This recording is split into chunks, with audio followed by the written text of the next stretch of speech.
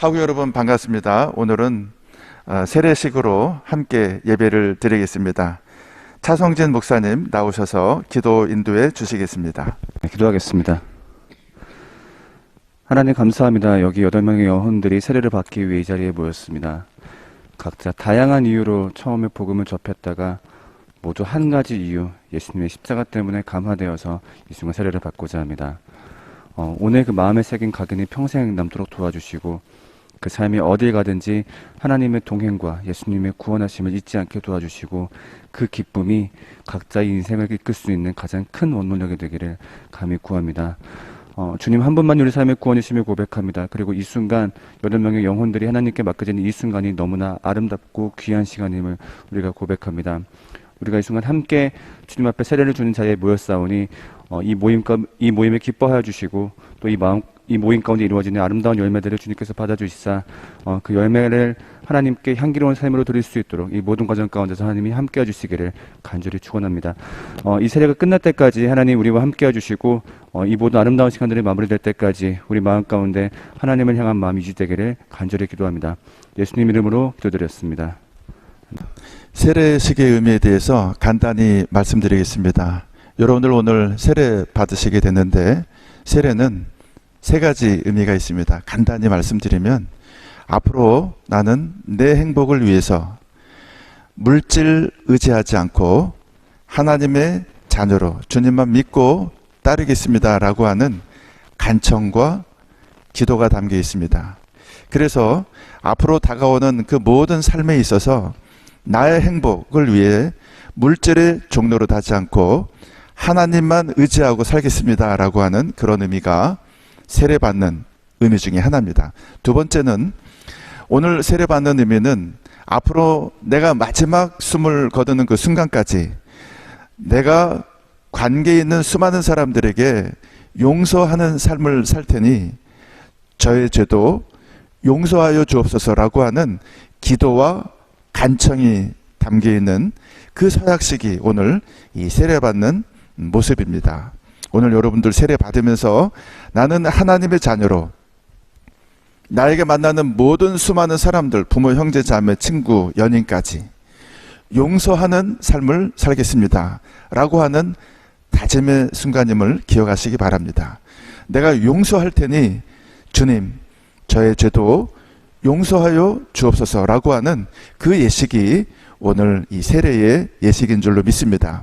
마지막 3번째는 오늘 우리의 삶은 이 사단과의 세력과 하나님 나라의 세력과의 전투의 현장입니다.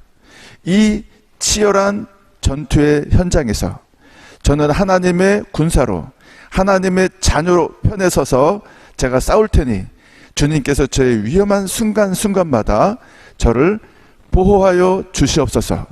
사단의 유혹에 떨어지지 않게 하시고 어떠한 순간에 넘어졌을지라도 주님 손으로 일으켜달라는 그런 하나님의 군사로서 자녀로서 내가 서약하는 시간입니다. 그래서 여러분들이 앞으로 인생 살아가시는 동안에 하나님의 자녀로서 군사로서 내가 주의 사람으로 살겠습니다 라고 하는 간청과 또 다짐의 시간이 오늘 세례식의 의미입니다. 사랑하는 모든 학우들, 우리 마지막 숨을 거두는 순간까지 이런 의미와 정신을 가지고 여러분들의 행복한 인생을 꾸며나가시기를 주님의 이름으로 축원합니다. 나오는 친구들은 순서대로 한보정, 신민경, 김우현, 장진수, 이나현, 차윤지, 사범학부 6명과 경찰학부 강설빈, 홍가은 학생입니다. 자, 이 친구들은 이제 오늘 세례를 받는데 우리 이 백석대학 교목실은 세례받고 그리스도를 따르기로 작정한 학우들에게 세례 교인으로 세웁니다. 모든 학우들은 세례받는 친구들을 환영하고 격려해 주시기를 바랍니다. 서약하겠습니다. 이제 여러분들은 오른손을 들어서 큰 소리로 묻는 말에 예라고 대답해 주시기를 바랍니다. 백석대학교 교목실은 제자삼아 세례 주라 하신 주의 명령대로 세례를 베풀고자 하오니 세례받는 학우들은 하나님과 학우들 앞에서 엄숙하게 서약해 주시기 바랍니다. 서약의 시간입니다. 묻겠습니다.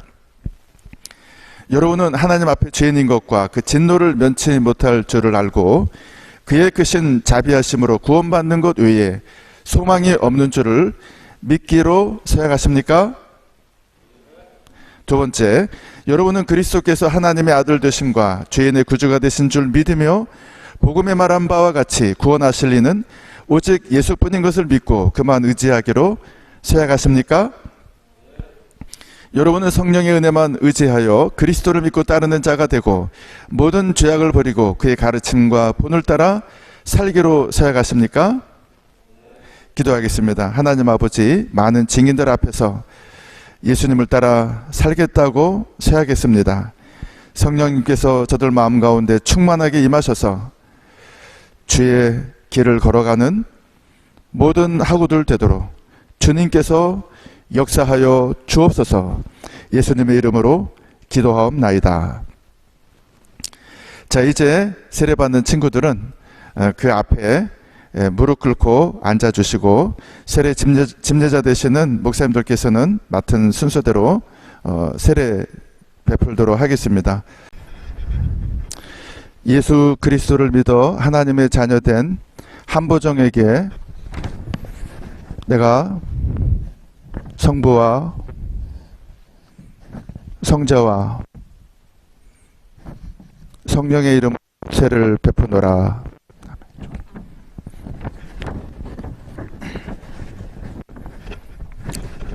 예수 그리스도를 믿어 하나님의 자녀가 된 신민경에게 내가 성부와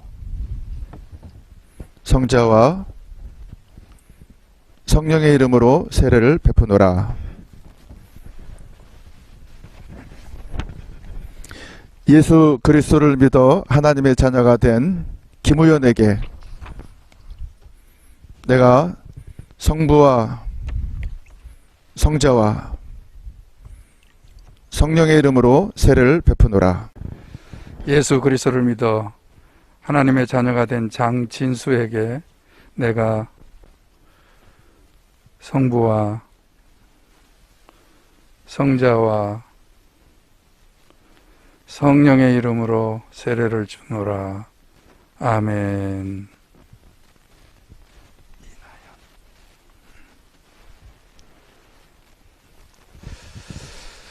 예수 그리스도를 믿어 하나님의 자녀가 된 이나현에게 내가 성부와 성자와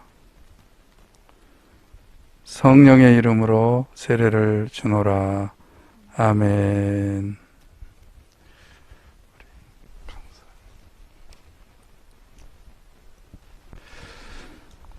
예수 그리스도를 믿어 하나님의 자녀가 된 강설빈에게 내가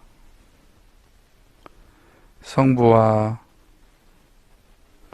성자와 성령의 이름으로 세례를 주노라. 아멘. 예수 그리스도의 이름으로 하나님을 믿어 하나님의 자녀가 된 차윤지에게 내가 성부와 성자와 성령의 이름으로 세례를 주노라. 아멘.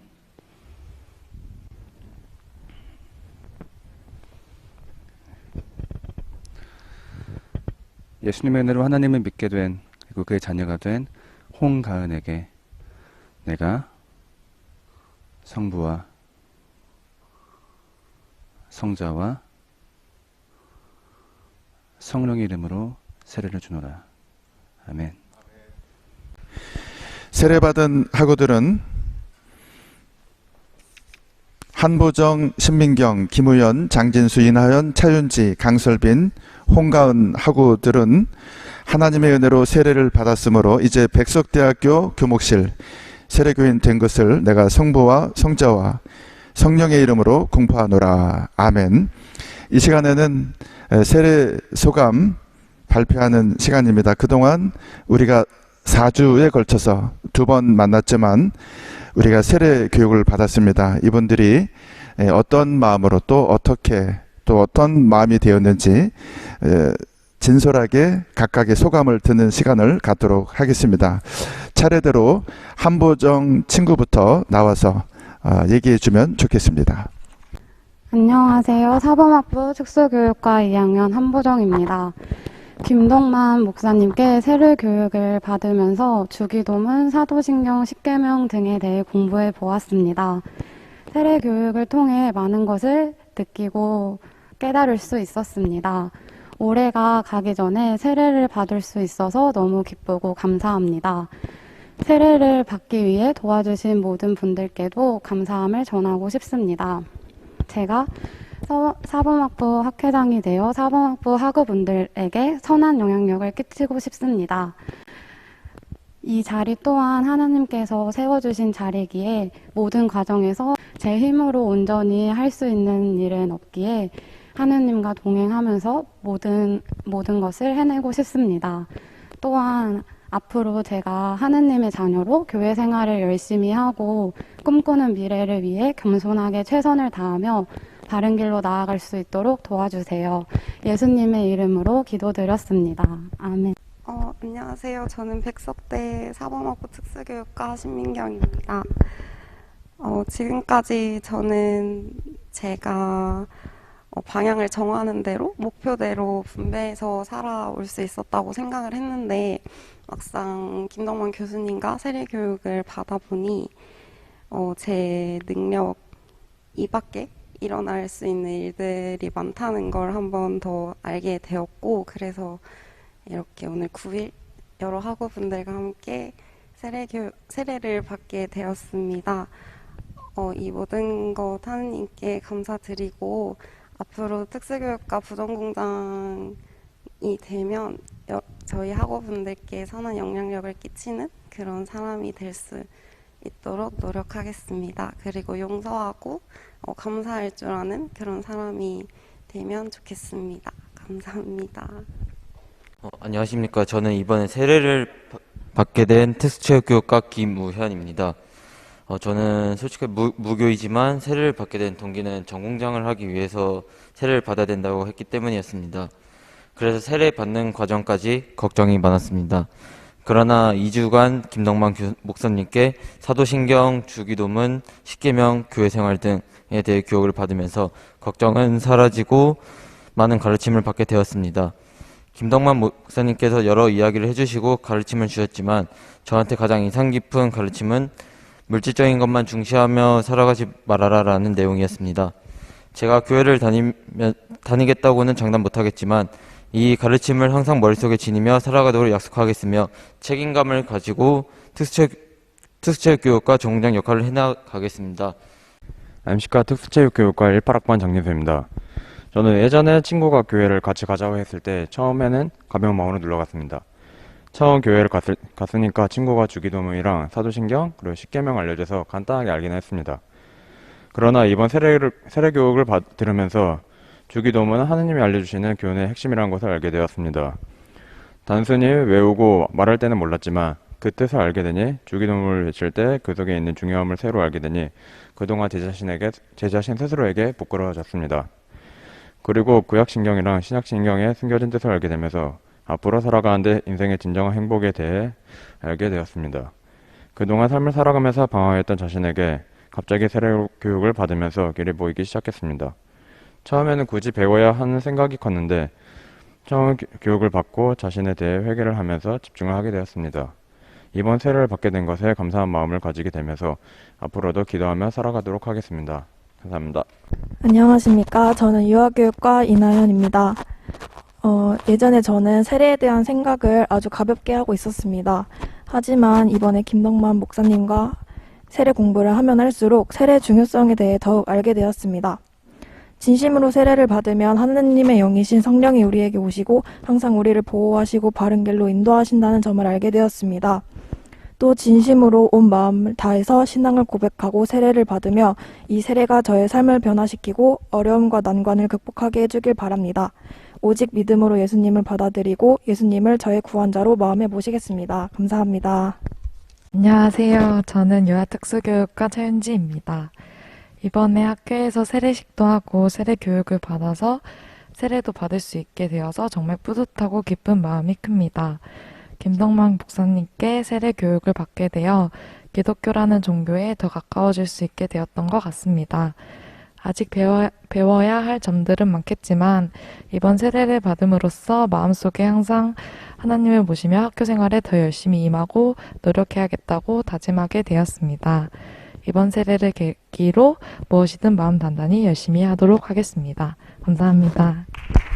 이번에 세례받은 사범학부 또 경찰학부 학우들의 세례 소감문을 들었습니다. 이제는 우리 사범선교부 회장인 이나경 친구의 세례받는 친구들을 위한 환영의 말을 잠깐 전하도록 하겠습니다. 나와주세요. 사랑합니다. 사범학부 선교부 회장 이나경입니다. 우선 오늘 세례를 받으신 모든 학우분들을 진심으로 축복합니다. 이제 여러분들은 하나님의 귀한 자녀가 되었습니다. 하늘의 은혜와 평강, 그리고 땅이 기름진 복을 받는 복된 자녀들이 되길 진심으로 기도합니다. 권력과 자만함이 아닌 헌신하고 봉사하는 마음으로 가치 있고 아름다운 삶을 살아갈 수 있기를 원하며 앞으로 하나님의 자녀로 복된 인생을 살아가길 응원하고 기도하겠습니다. 또한 주님의 향기를 전하고 귀한 사람들이 되어 하나님의 말씀을 세상에 선포하며 선한 영향력을 끼치는 자녀들이 되시길 바랍니다.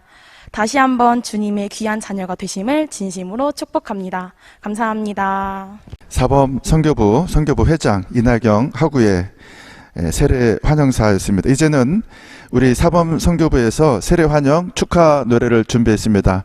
여러분 이 앞줄에 서서 세례 받는 친구들에게 환영의 노래를 부탁합니다. 사범학부 촛불에 오신 여러분들 진심으로 환영하고 축복합니다. 여러분 하나님의 나라 하면 어떤 생각 드세요? 천국? 아니면 뭐 에덴 동산?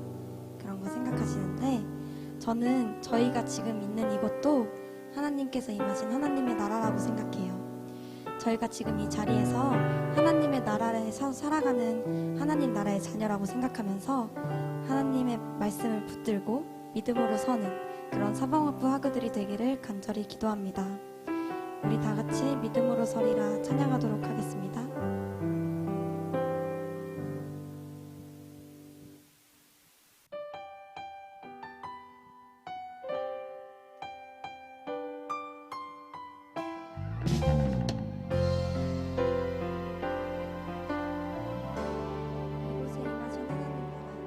이곳에 임하신 하나님 나라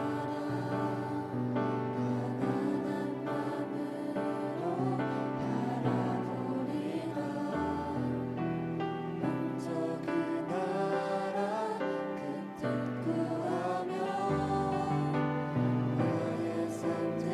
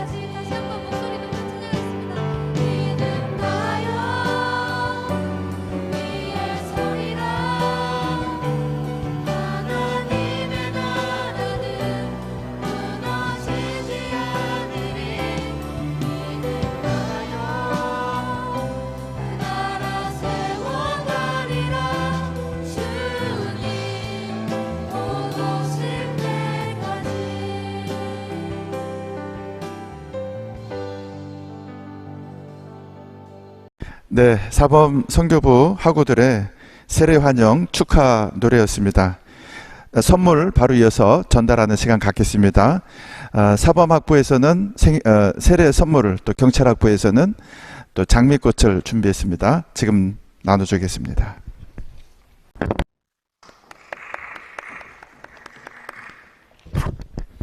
이제 각각 학부에서 이렇게 멋진 선물과 또 세례 환영사 축하 노래 시간을 가졌습니다. 이제 마무리하는 시간 갖겠습니다. 경찰학부 담임 목사님이신 양정래 목사님 나오셔서 세례받는 학우들에게 축사의 말씀 해주시고 이어서 바로 축도해 주시겠습니다. 박수로 맞이하겠습니다.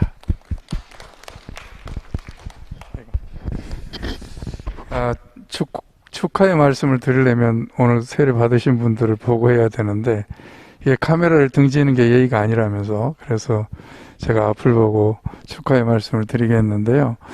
아마 얼마만큼 여러분들이 세례를 받으시면서 세례가 기독교에서 중요한지 그 의미를 알고 배우셨겠죠. 그런데 정말 축하할 일인 것 같아요. 이 세상의 사람들은 사실 육체적인 생명과 호흡만 생각했지 우리 인간들에게는 영적인 사람이 있고 영적인 생명이 있다는 것을 여러분들이 이번에 알게 됐잖아요. 그래서 그것을 너무 축하할 일이다라는 생각이 많이 들어요. 그렇기 때문에 오늘 여러분들 안에 이제 영적인 생명과 또 영적인 호흡들이 새롭게 시작이 되고 탄생이 됐는데 그것을 그냥 덮으거나 아니면 내버려 두지 말고 이제 그 영적인 사람이 점점 성장할 수 있도록 계속 여러분들의 어떤 스피리추얼한 어떤 양식을, 우리가 노래할 때도 생명의 양식이라는 노래가 있잖아요. 그러니까 그런 어떤 스피리추얼한 양식을 여러분들이 공급하면 이 세례를 통해서 새롭게 태어난 영적인 사람이 막 자라날 거예요. 그러면 아마 여러분들이 이 세상에서 훨씬 더 육체적인 생명만 생각하고 살아가는 사람보다 더 행복하고 훨씬 더 삶의 의미가 있어지고 또 분명한 삶의 목적이 생기지 않을까, 그런 의미에서 여러분들을 진심으로 축하드립니다. 제가 축복 기도하고 마치도록 하겠습니다.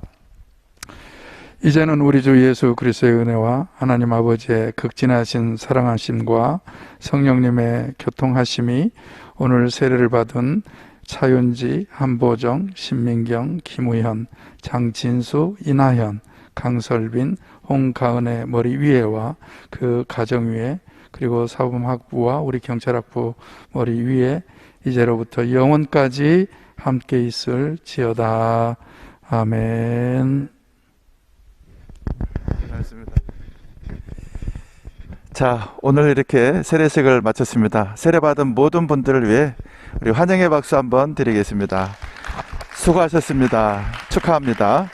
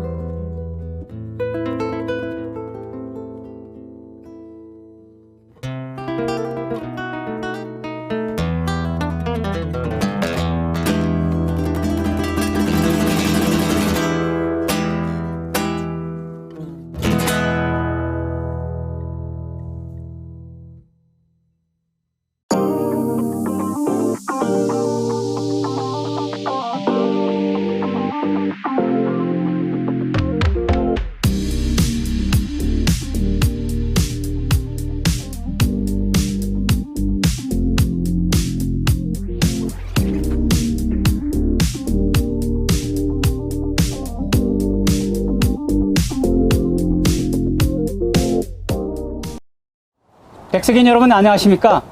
가을 단풍이 저희들의 마음을 훔쳐간 날, 여러분 영화 배우와 가수, 연주 이 세 가지를 동시에 할 수 있을까요? 할 수 있습니다. 오늘 바로 그 세 가지를 동시에 할 수 있는 분을 모셨습니다. 최근 JTBC에서 막을 내린 슈퍼밴드2에서 보헤미안 랩소디를 새롭게 해석하여 유튜브 조회수 346만, 우와 놀랍죠? 바로 빅히트를 기록한 클래식 기타계의 아이유라고 불리우는 우리 장하님을 특별히 모셨습니다. 장하님 안녕하십니까? 안녕하세요. 네, 제가 가장 좋아하는 우리 장하님을 우리 교정에서 이렇게 뵐 수 있어서 너무나 기쁘고 즐겁습니다. 우리 백석인들에게 우리 장하님 한번 소개 좀 부탁드립니다. 네, 오랜만에 오는 것 같아요. 백성인 여러분들 안녕하세요. 반갑습니다. 저는 기타리스트 장하은이라고 합니다. 반갑습니다. 핫한 모습을 보여주신 우리 슈퍼밴드2. 네. 장하님의 기존의 연주를 제가 유튜브로 본 거와 아주 색다른 모습을 보여줬는데 새로운 도전이었나요? 제가 원래 연주하던 스타일은 클래식 기타는 원래 혼자 연주하는 곡이다 보니까 독주악기거든요. 항상 처음부터 끝까지를 내가 혼자 책임져야 되겠다라는 생각을 임하고 항상 연주를 했었어요. 근데 슈퍼밴드라는 방송 자체가 혼자서 하는 게 아니라 항상 팀을 이뤄가지고 만드는 무대잖아요. 그래서 이거는 내가 문제가 아니라 호흡이 문제인 거예요. 항상 가장 중요한 게 다른 사람들이랑 눈을 맞춰가지고 그걸 연주를 하고, 그리고 나만 잘났다고 하면은 그 무대가 살지를 않아요. 그래서 진짜 조율하는 과정에서도 정말 공부가 정말 많이 됐고, 이거 인이어 꽂고 하는 거랑, 그리고 노래를 부른다거나 화음을 만들어가지고 코러스를 쌓는다거나, 아니면은 여기에서는 어떤 애드립을 어떻게 하고 여기는 코드 어떻게 되고 편곡이 어떻게 되고, 이런 모든 것들이 저한테는 정말 새로운 자극이었어요. 정말 색다른 경험이었어요. 그래서 정말 라운드 하나하나 지날 때마다 너무 많이 느는 거예요. 그래서 거기서 PD님이 말씀을 하시긴 하셨어요. 아, 이게 라운드가 넘어가면 넘어갈수록 거의 매일매일 촬영을 하고 매일매일 합주를 하고 그러다 보니까 너네들 느는 게 눈에 보인다고 그랬었어요. 그만큼 정말 배운 게 많은 방송이었습니다. 우리 장하님이 기타를 든 모습은 웬만한 아이유 10명이 와도 따를 수 없을 정도로 아주 뷰티풀한 모습인데 언제 처음 기타를 붙들었나요? 그리고 이 길을 가겠다고 생각했던 적은 언제인지 알고 싶습니다. 저는 중학교 2학년 때 처음 기타를 치기 시작했고, 그리고 그때서부터 저희 아버지한테 처음 기타를 배웠어요. 그래서 아빠한테 클래식 기타를 공부를 하고 이렇게 쭉 계속 몇 년 이렇게 하고 있다가 처음에 시작하게 된 계기는 그거였다. 저처럼 체구가 되게 작은 기타리스트 언니가 한 분 계세요. 그래서 박규희 님이라고, 그 언니가 연주하는 걸 바로 코앞에서 듣고 난 다음에 아이씨 이거 너무 멋있다. 기타. 중학교 2학년이었어요? 네, 그때가 중학교 2학년이었어요. 그때 아빠가 같이 있었는데, 그러면은 한번 기타를 제대로 쳐보지 않겠냐라고 해서 그때부터 아빠와 같이 연주를 하고 전공도 하고, 이거를 직업으로 삼아서 공부를 해야 되겠다라는 마음을 먹었었던 때가 그때였습니다. 근데 기타를 위해서 다니던 학교도 그만뒀다면서요? 예, 그래서 중학교 2학년 때 사실 클래식 악기를 다루는 친구들은 막 이야기하는 거 들어보면 3-4살 때 시작하고 그러잖아요. 그래서 그러면은 조금 더 내가 이거를 잘 해보려면은 학교를 그만두고 해야 되겠다라는 생각을 해서. 그럼 하루에 몇 시간씩 그 처음에 기타를 붙으면서 연습을 하셨나요? 그때 마음 먹었을 때 연습을 더 많이 했었어야 되는데, 그때는 2년 동안은 거의 기타를 안 쳤었던 것 같고, 사실은 고등학교 1학년 때부터 연습을 열심히 하기 시작했어요. 이제 이제 진짜 늦었다. 나 진짜 열심히 연습해야 되겠다. 그래서 이제 스톱워치나 타임워치 같은 거 이렇게 계산하면서 8시간씩은 했었었던 것 같아요. 비교적 늦게 클래식 기타를 붙들었잖아요. 네. 그럼에도 불구하고 지금 이런 어마무시한 기타리스트가 된 이후에는 뭐가 있었죠? 감사합니다. 고등학교 때는 입시에 초점이 맞춰져 있었던 것 같아요. 내가 이 학교를 가기 위해서, 클래식 학교를 가기 위해서 진짜 열심히 해야 되겠구나 하면서 진짜 경주마처럼 그것만 보고 달렸었어요. 그래서 시간표 같은 것들도 항상 기록하고, 그리고 몇 시간 연습 안 하면은 나는 자책해야 되는 사람이고, 항상 그렇게 좀 강박적으로 살았었었는데, 사실 그걸 통해서 그게 토대로 제가 다른 다양한 음악을 할 수 있는 바탕이 되어줄 수는 있었는데, 사실 음악을 더 공부하고 더 넓은 음악에 진짜 음악가나 아니면 예술가가 되기 위해서 했었던 경험들은 그것보다는 진짜 다양한 경험이 더 중요했었던 것 같고, 감사하게도 음악을 시작하면서 올라섰었던 무대를 준비하는 것들과, 그리고 뭐 방송 준비하고 그랬었던 것들과, 그리고 목사님이랑도 거의 한 5년, 6년 정도 항상 같이 무대를 서고, 백석대학교 채플 여기서도 정말 많이 공연을 하고 그랬었는데, 그런 실전 경험들이 저한테 훨씬 더 큰 도움이 됐었던 것 같습니다. 네, 이번 슈퍼밴드 2를 보니까 참 그 해맑은 미소, 정말 아름다운데 그런 미소를 지을 수 있는 모습을 보면서 아마 크리스찬일 거라고 생각했습니다. 참 맞죠? 네. 우리 장하님에게 주님은 어떤 분이신가요? 그리고 언제 신앙생활을 시작했죠? 제가 굉장히 어렸을 때부터 항상 교회에 갔었어요. 이제 항상 뭐 크리스마스 시즌 되면은 나와가지고 율동하고 연극하고 그것도 준비하고, 그리고 매주 가가지고 교회 예배 드리고 그랬었는데, 이게 점점 나이가 조금씩 들고 머리가 커지다 보니까 중고등학생 때에는 이게 맞나 싶은 거예요. 그래서 불신도 들고, 내가 교회를 이 귀한 주말에 왜 나가야 돼? 이런 생각도 들어서 중학교, 고등학교 때는 가기 싫어가지고 안 갔었던 것 같아요. 근데 참 사람이 간사한 게 힘들고 고단하다 보니까 이런 것들이 내가 항상 불평을 하고 있다는 생각이 드는 거예요. 그래서 이거 방송 준비하면서도 그렇고, 방송하면서 너무 몸도 힘들고 마음도 힘들고 그러니까 하루 종일 불평을 하고 있는 제 모습을 보면서, 이렇게 감사해야 할 만한 상황에 내가 할 수 있는 생각들이나 그런 것들은 그렇게 부정적인 거밖에 안 하고 있구나라는 생각이 딱 들면서 감사 기도를 올릴 수 있는 그런 마음도 생기고, 그리고 매번 자기 전에 설교 말씀 틀어놓고 이렇게 잠들고, 그리고 정말 감사하게도 저를 위해서 기도해 주시는 분들이 워낙 많기 때문에 제가 방황을 많이 했지만 참 그래도 나름 바르게 공부를 할 수 있었던 것들이 그런 도움들이었었던 것 같아요. 제 주변 친구들도 항상 신앙이 있는 친구들이 저한테 많이 도움도 주고, 말씀도 많이 목사님께서도 해주시고 집사님께서도 해주시고 그러면서, 이제는 아직 잘 알지는 못하지만 잘 알아가고 싶어요. 그래서 아직 많이 부족하지만 매주 매일매일 기도하고 그러고 있습니다. 연주자의 길을 걸어가는 깊이만큼 주님도 더 깊이 알아갈 수 있겠죠? 네. 네. 우리 기타를 연주하는 장하님의 모습은 참 행복해 보여요. 그 연주자의 길을 들어서기를 잘했다 생각하는 그 순간이 있었나요? 확실히 음악이라는 게 시간 예술이다 보니까 이 시간이 지나면은 더 이상 절대 돌아오지 않잖아요. 그래서 화르륵 한번 불살르고 끝나버리는 이 무대가 주는 짜릿함이 진짜 조금 많이 강했었던 것 같아요. 근데 그거를 혼자서 했었었는데, 이거 방송을 준비하고 친구들이랑 같이 무대를 하면서 시선을 맞춰서 누군가와 진짜 그 음악을 공유를 하고 그거를 누군가한테 보여준다라는 게, 그게 너무너무 행복하더라고요. 그래서 방송에서도 그게 티가 났었던 것 같고, 그리고 정말 힘들었었던 기억보다 너무 재밌었어요. 너무 즐거웠고, 무대에 서기 위해서 이렇게 설레본 적은 또 없었던 것 같고. 지금까지 참 국내외 큰 무대 많이 섰잖아요. 카네기홀도 섰었고, 예술전당. 지금까지 뭐 수백 회 공연을 해오면서 가장 인상 깊었던, 또 가슴에 남은 그런 공연은 어떤 게 있었나요? 되게 그럴듯한 무대들도 많았고, 사람들이 정말 많았었던 무대들도 많았었고 그랬었는데, 제가 꽤 됐을 거예요. 캄보디아를 간 적이 있었어요. 근데 캄보디아에는 공연장이란 그런 문화가 그렇게 많이 발달돼 있지가 않기 때문에 길거리에서 연주했거든요. 길거리에서 연주하는데 교회였나 병원이었나 거기서 봉사 연주를 했을 때였었어요. 그때 그 소식 듣고 난 다음에 한 1시간인가 2시간인가를 걸어서 온 친구들도 있었고, 공연 본다고. 그래서 아이 업고 오신 분들도 계셨고, 그래서 보는데 이렇게 기타 연주하고 이런 음악을 처음 들어보는 친구들도 많았었거든요. 근데 너무 좋아해 주는 거예요, 친구들이.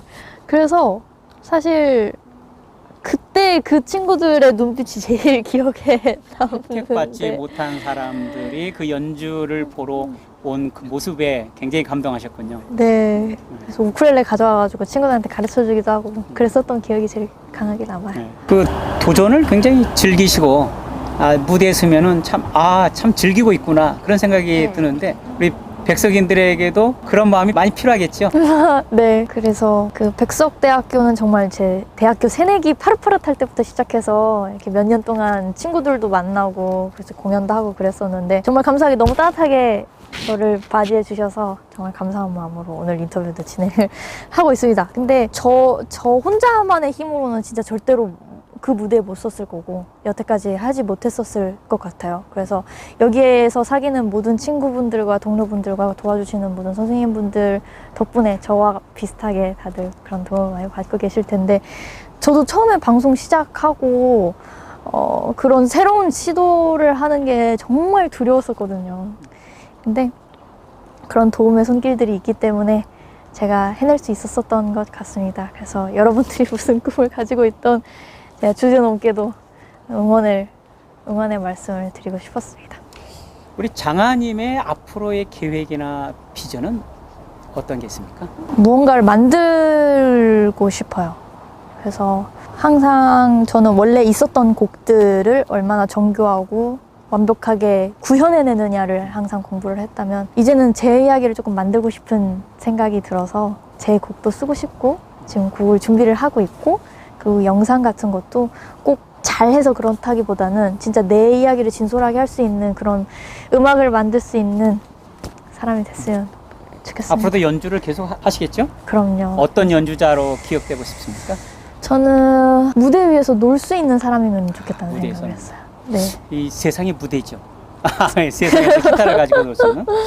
우리 백석인들에게 들려주고 싶은 곡 혹시 연주 부탁해도 될까요? 네. 네, 그럼 우리 한번 같이 멋진 장하님의 연주를 한번 들어보도록 하겠습니다. 백석의 가을이 익어가고 있습니다.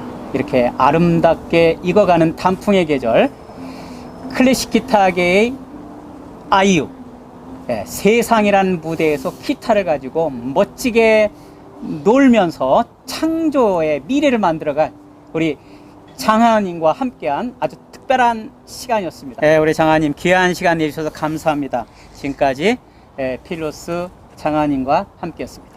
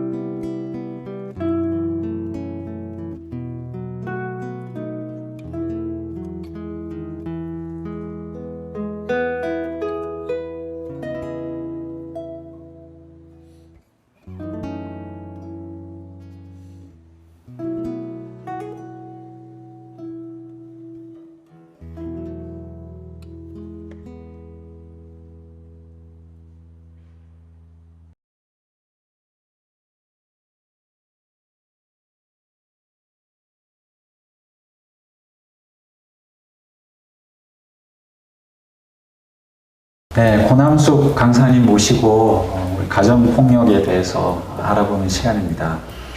우리가 가정폭력에 대해서 보다 더 잘 대처하기 위해서는 가정폭력이 무엇인가 잘 이해할 필요가 있다고 생각되는데요. 그런 의미에서 가정폭력의 범위라든가 또 개념이라든가 우리의 이해를 좀 돕는 그런 설명 먼저 해주시면 좋겠고요. 또 그다음에 현재 어느 정도 비율로 현재 상황이 어떤지 그런 것도 얘기해 주시면 좋겠고, 또 실제 우리 현실 가운데 일어나는 케이스들도 좀 소개해 주시면 좋을 것 같아요. 네. 가정폭력의 이제 그 범위는 두 가지로 나눠볼 수가 있습니다. 법적인 정의와 사회적인 정의. 사회적으로 정의를 이렇게 내린다 하면 친밀한 사이에서 상대방을 통제하고 지배하기 위해서 반복적으로 신체적, 심리적, 성적, 사회적 학대를 하는 행위를 우리는 가정폭력이다 하는데, 실제로 법에서 이제 가정폭력을 정의하는 것들은 가정 구성원 사이에서 신체적, 정신적 또는 재산상의 피해를 수반하는 행위들이죠. 그다음에 가정폭력에서는 이제 신체적인 폭력 안에서도 억압을 한다든지, 뭐 물건을 던진다든지, 뭐 흉기로 위협을 한다든지, 원하지 않는데 노동을 강요하는 것도 유형에 들어갈 수가 있습니다. 그리고 행동을 뭐 자유를 구속한다든지, 그리고 처갓집, 뭐 시대, 뭐 비난하는 거, 언어적인 것들, 정신적인 거 다 가정폭력의 유형에 들어가고 있는데, 외부 관계를 단절시킨다든지, 인간관계를 통제하고 간섭하고 의심하는 것들, 그리고 기물을 이렇게 파손한다든지 동물 학대하는 거 다 가정폭력의 유형에 들어갑니다. 성적 자기 결정권을 침해하는 것들, 그동안에 한국에서는 2013년까지만 해도 한 집에 사는 부부들은 부부 강간을 인정을 하지 않았었습니다. 2013년 이후부터는 부부 안에서도 성적 자기 결정권이 있다. 내가 원할 때 원하는 사람과 원하는 상황에서 해야지, 이건 강제적으로 하는 것은 폭력이다 해서 부부 강간을 인정을 합니다. 그래서 데이트 강간뿐만 아니라 가정 안에서, 부부 간에서도 성적 자기 결정권을 침해했을 때는 성폭력에 해당이 되는 것이고, 그 다음에 강제로 불임을 시킨다든지 낙태를 시키는 거, 이거 다 가정폭력에 해당이 되는 것이고, 자녀에 대해서 학대하고 성학대하는 것들, 뭐 유사성행위 한다든지 성매매를 알선한다든지 이런 것들도 다 가정폭력에 해당이 됩니다. 그 다음에 이제 경제적인 폭력, 예를 든다 하면 경제적 활동을 통제한다든지, 그리고 경제적으로 지원을 안 해주면서도 생활비를 주지 않으면서 경제적 활동을 또 못하게 한다든지, 아니면은 뭐 가계부를 썼니 안 썼니 계속적으로 감시하고 또 통제하는 것들, 이게 다 가정폭력에 해당이 되는 것이죠.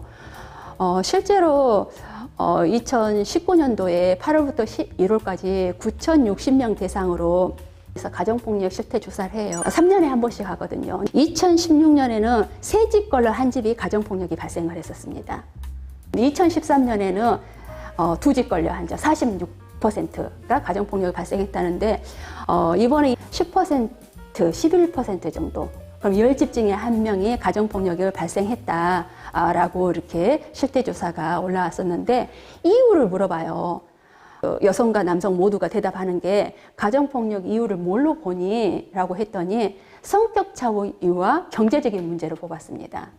그러면 오늘 제가 질문을 하나 드릴게요. A와 B가 살아요. 그런데 B가 음식을 하다가 막 너무 화가 나가지고 그릇을 내던지고 이제 나가서 막 화가 난 상태인데, A는 정리정돈이 잘 돼야지 된다고 생각을 해요. 그래서 아이를 훈육시킬 때도 정리정돈에 아주 목숨을 걸어요, A는. 근데 그날도 B도 직장 생활을 하고 집에 돌아와서 저녁 먹거리를 준비하고 있는데 A가 들어와요. 근데 집이 이제 어지러져 있는 상태예요. 그래서 A가 집안이 이게 뭐냐 하면서 아이에게 막 이렇게 막 야단을 치고 호통을 치는 거예요. 그래서 B가 견디다 못해서, 아니 당신이 좀 치우면 되지, 왜 이렇게 화풀이를 하는 거야 하면서 화가 이제 너무나 참다 못해서 A 보는 앞에서 그릇을 내던지고 나간 상태예요. 그러면 여러분, 성격 문제일까요? 어떤 다른 문제일까요? 실제 우리는 성격 차이다라고 얘기를 하는데, 깊게 들여다보면 성역할 고정관념에서 남성, 여성의 갈등이 발생하고 또 여기를 극복하지 못하고 또 이제 파경에 이르는 경우가 있죠. 사실은 여자다워야 돼, 남자다워야 돼. 이것보다는 나답게, 인간답게 이렇게 했을 때 더 무한한 가능성을 갖게 되겠죠. 여자가 이걸 할 수 있겠어? 남자가 이걸 할 수 있겠어? 이게 그 맨박스 안에 갇혀 있을수록 본인을 제한하고 또 상대방을 제한하게 하는 것이죠.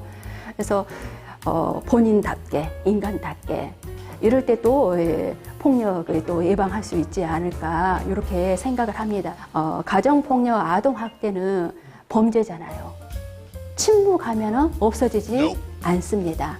그래서 그 가정을 회복시키고 그 가정을 다시 살리고 그 가정을 정말 회복시키는 것들은 주변에서 관심 갖고 신고해줘야 되는 것들인데 우리 안에 여러분 이제 잘못된 인식들이 있어요. 가정폭력 그러면 저소득층 아니면 알코올 중독자들만 한다라고 생각을 하는데 그렇지 않습니다.